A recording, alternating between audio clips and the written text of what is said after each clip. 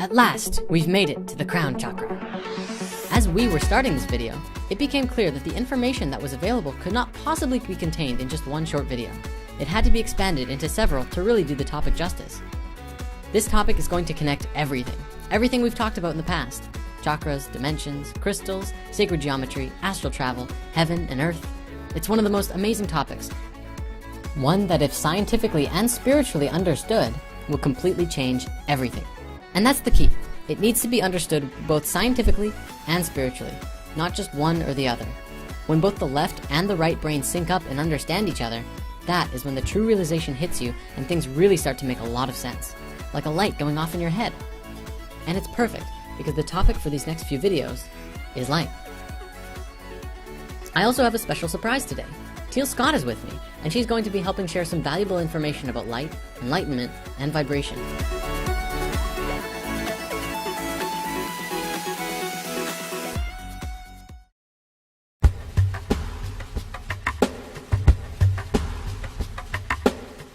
If we look at our ancient history, we can see references to light in almost every ancient culture in a multitude of ways. They don't ever believe light is just some electromagnetic phenomenon of the third dimension, but that light itself is intimately connected to the creation of reality, as well as connected to the center of the toroidal field at the center of your heart. In Egyptian culture, as well as biblical texts, light is the first thing that was created in the creation of everything. As it's often described, God or Source, Allah, Brahma, or any of these words for cosmic consciousness is light. Or perhaps that from this consciousness, light is the first thing to emerge. You can think of the vibration of light as being the closest vibration to that of source energy. And this is why in human culture, God and spirit is so often equated to light. We all may be manifested in a dense physical way, but our truer selves are light beings. Based on the thoughts that we hold in our minds, our day-to-day choices, and the degree that we limit ourselves to illusion instead of awareness, we either prevent or allow ourselves from becoming a living embodiment of the light being that we are.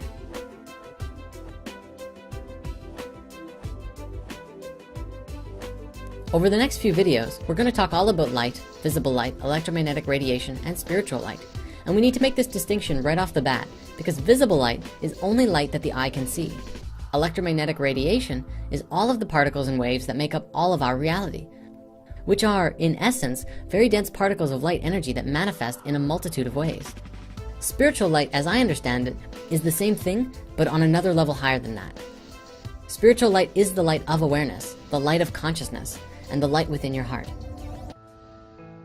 The first manifestation of the physical dimension is light, the kind of light that the sun projects and the eye perceives. This light most closely matches the frequency of the light that we can call spiritual light. In many cultures, the sun was representative of this understanding. The sun is an excellent example of this. It is the nucleus of our solar system, the bringer of life and light, which was seen as a force akin to God.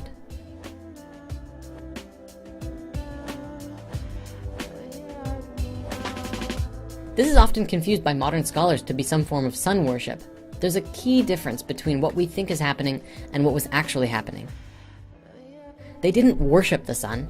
They loved it. They understood it. It is their cosmic father, as we've discussed before.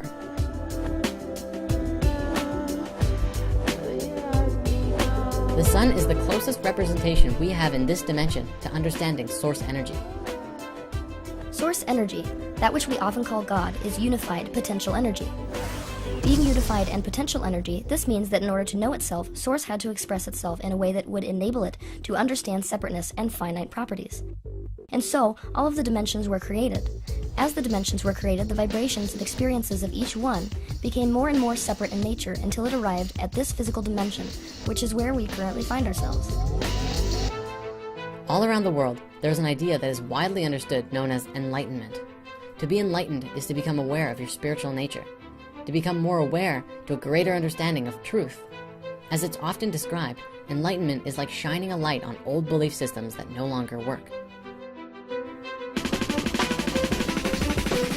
Here's an example. On our planet, we had a movement that took place a few hundred years ago called the Industrial Revolution.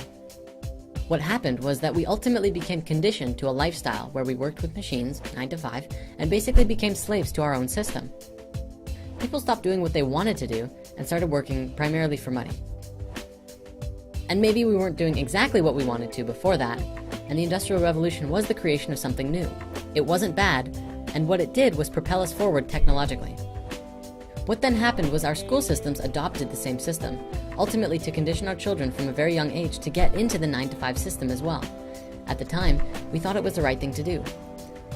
What we are realizing now is that this system is conditioning us to become cogs in the wheels of our civilization rather than independent creators who are born and taught to go into the world and create something magical. And you can see a difference when kids defy the school system and do what they want. People like Steve Jobs chose to drop out of college and completely transform the way that we use computers forever. And Albert Einstein couldn't sit still in class and ended up revolutionizing the field of physics.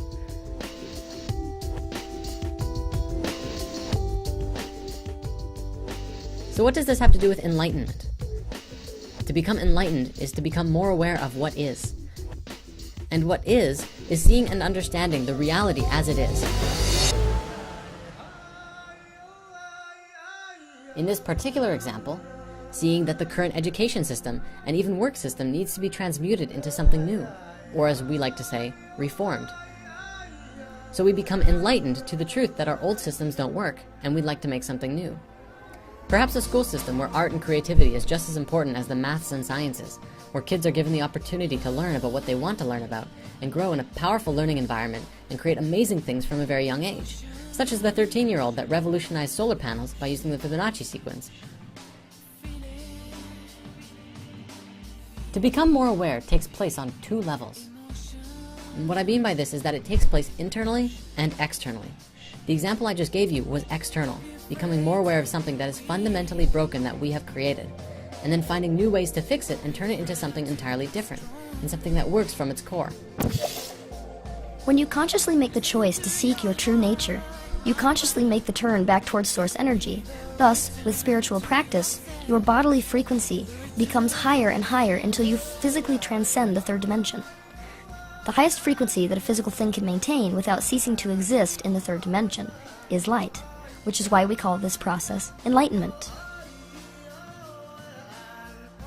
Given that, enlightenment internally is where the real magic takes place.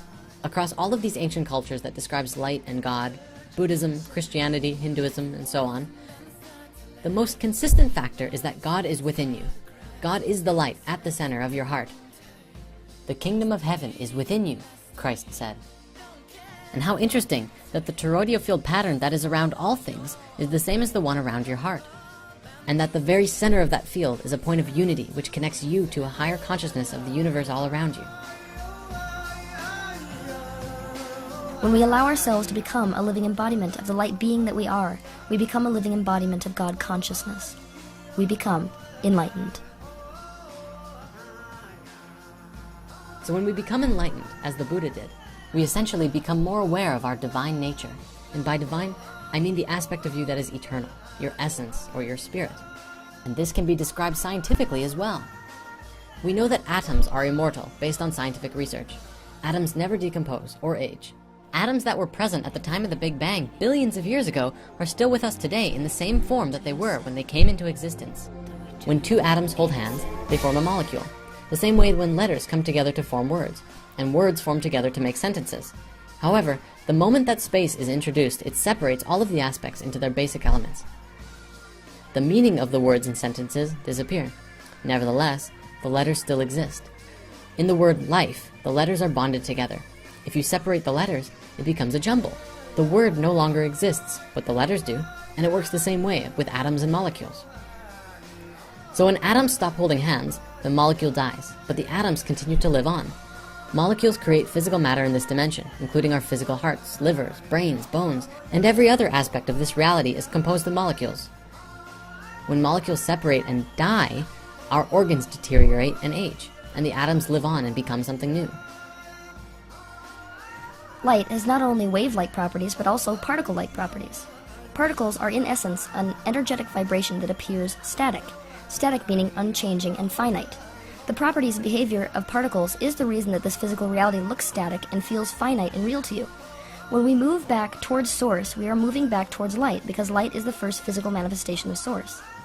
We come through the experience of light when we enter this dimension, and we leave through the experience of light when we die.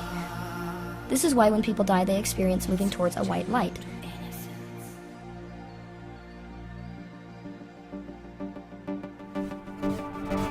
Keep in mind that nothing really dies, but simply energy is transmuted. The energy that was created between the molecules do not disappear out of existence when something dies.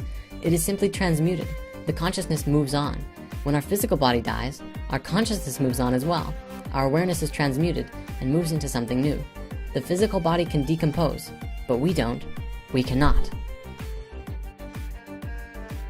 So let's bring this back around full circle. Light. Does light decompose? Is that even remotely possible? Light can bend, dance, shine, and shimmer. And when you break it apart, it becomes color and more finely tuned vibrations. Considering all things are vibration, perhaps the light energy that creates your being too is just a creation of consciousness within a field of possibilities, with you at the very center, sharing space with the rest of the universe.